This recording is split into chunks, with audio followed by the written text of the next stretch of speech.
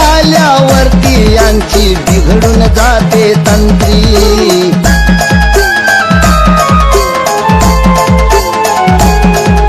संविधानाच्या बळावर निवडून येऊन होतात मंत्री, निवडून आल्यावरती यांची बिघडून जाते तंत्री। संविधानापदी निष्ठा ठेवू शपथ नुसती घेती, शपथ नुसती घेती, शपथ नुसती घेती।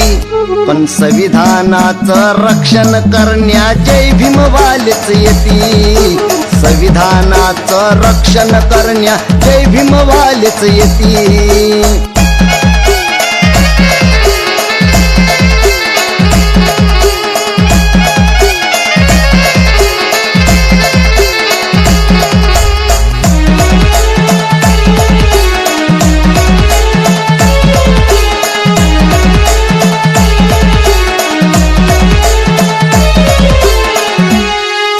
संविधानाच्या वृक्षावरती मनुवादी ही चरती, जिथं बसून पोट भरती तिथंच वार करती।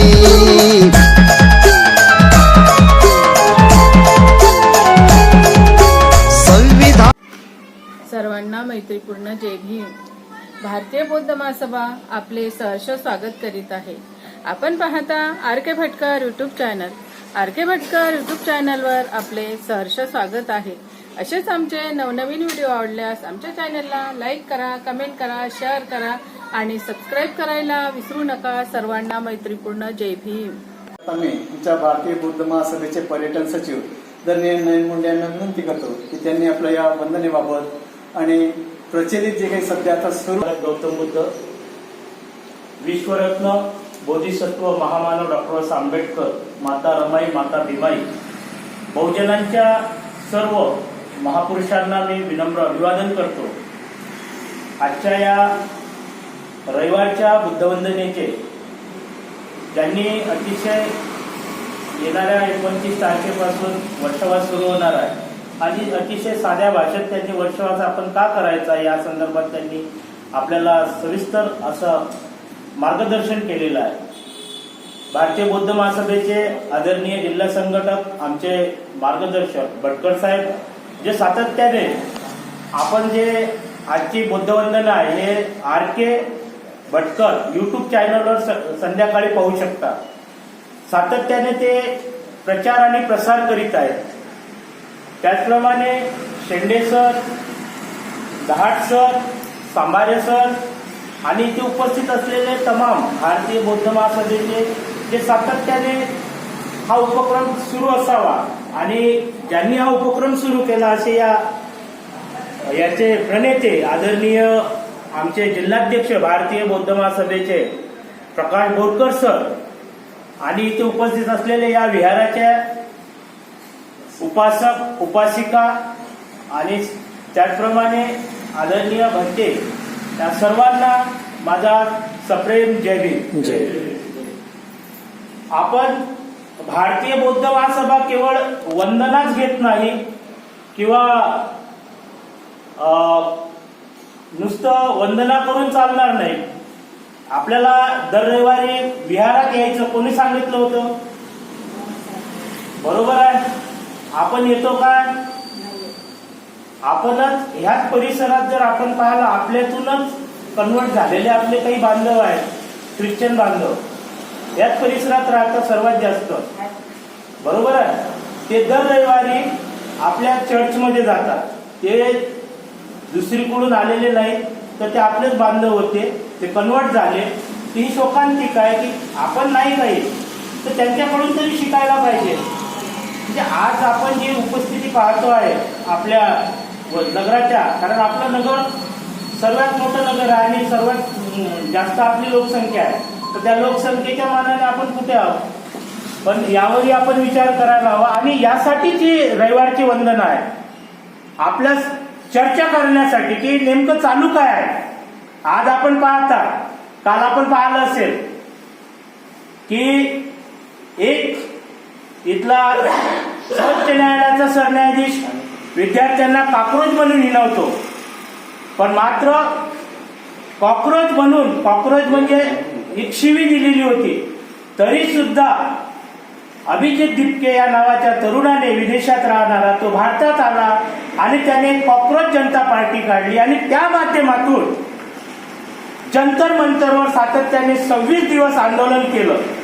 त्या आंदोलनाला पर्यावरणवादी सोनम वांगचुक यांनी पाठिंबा दिला. ते सातत्याने 25 दिवस उपोषणाला बसले. त्यांचंही परवाच्या दिवशी उपोषण सुटलं आणि इथलं सरकार, जे मस्तावलेलं सरकार आहे, जे भाजप प्रणित, जे RSS प्रणित सरकार आहे, जो शिक्षण मंत्री होता की त्याने 2-4 दिवसातच राजीनामा द्यायला पाहिजे होता, त्याने अखेर 26-27व्या दिवशी म्हणजे विद्यार्थ्यांवर लाठीचार्ज झाला, विद्यार्थ्यांची डोके फुटली आणि वांगचुक यांना उपोषण करावं लागलं.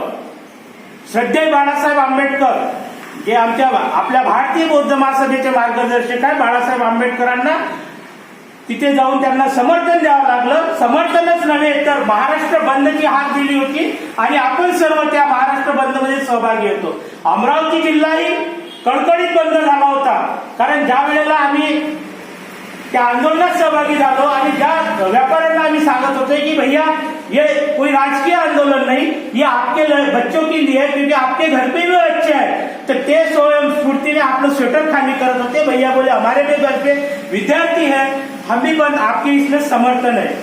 आणि त्या समर्थनामुळे आज आंदोलन यशस्वी झालेलं आहे. आणि आंदोलनच नाही तर सरकार जे मस्ती चढली होती इथल्या भाजप सरकारला की आमचं कोणीही काही बिघडू शकत नाही, तर मात्र त्यांना आता माहीत पडलं की इथला जो युवा वर्ग आहे, आपण त्या युवकांना जे कॉक्रोच म्हटलं होतं, एकंदरीत माझं वैयक्तिक मत आहे की बरं झालं म्हटलं होतं, कारण देशात हिंदू, मुस्लिम आणि बरेचसे जे जातीवाद, आपण जर सरकारच्या विरोधात बोललं तर आतंकवादी, आणि त्या विरोधात आजचा युवक पेटून उठलेला आहे. आणि आजचा युवक हा सरकारला जा विचारत आहे, तो जा विचारत आहे म्हणूनच सरकार डगमगलं. सरकारची आपल्या शब्दात, आपल्या वऱ्हाडी भाषेत बोललं तर फाटली द्यायची.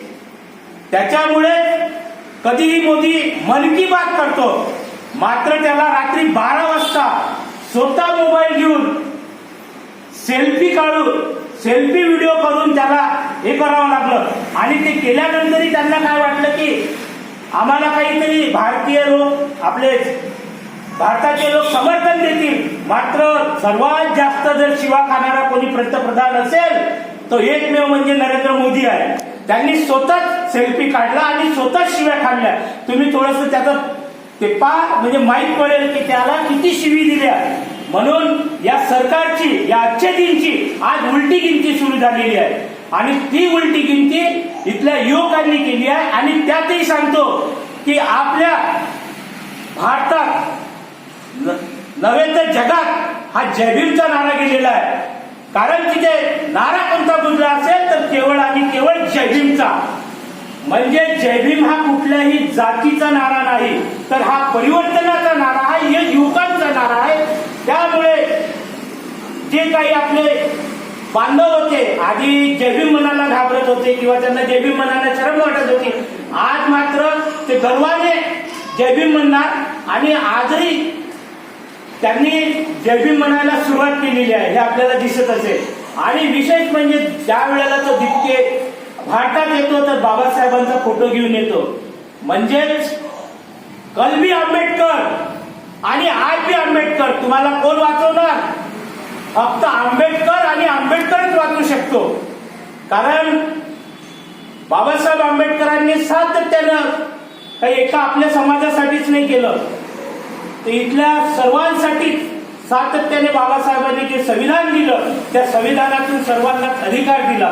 त्या अधिकाराच्याच माध्यमातून जे आज आंदोलन झालं ते त्या संविधानाच्या माध्यमातून झालं. म्हणजे त्या युवकांनी दाखवून दिलं की इथली राजकीय सत्ता मोठी नाही, तर इथलं संविधान मोठं आहे. संविधानामुळे त्यांना आज झुकावं लागलं. जर भारतीय संविधान नसतं तर त्यांनी आज हुकुमशाही आणली असती. आणि त्या हुकुमशहाला नमवण्याचं काम इथल्या संविधानाने केलं. पर्यायाने इथला युवक जागी झाला.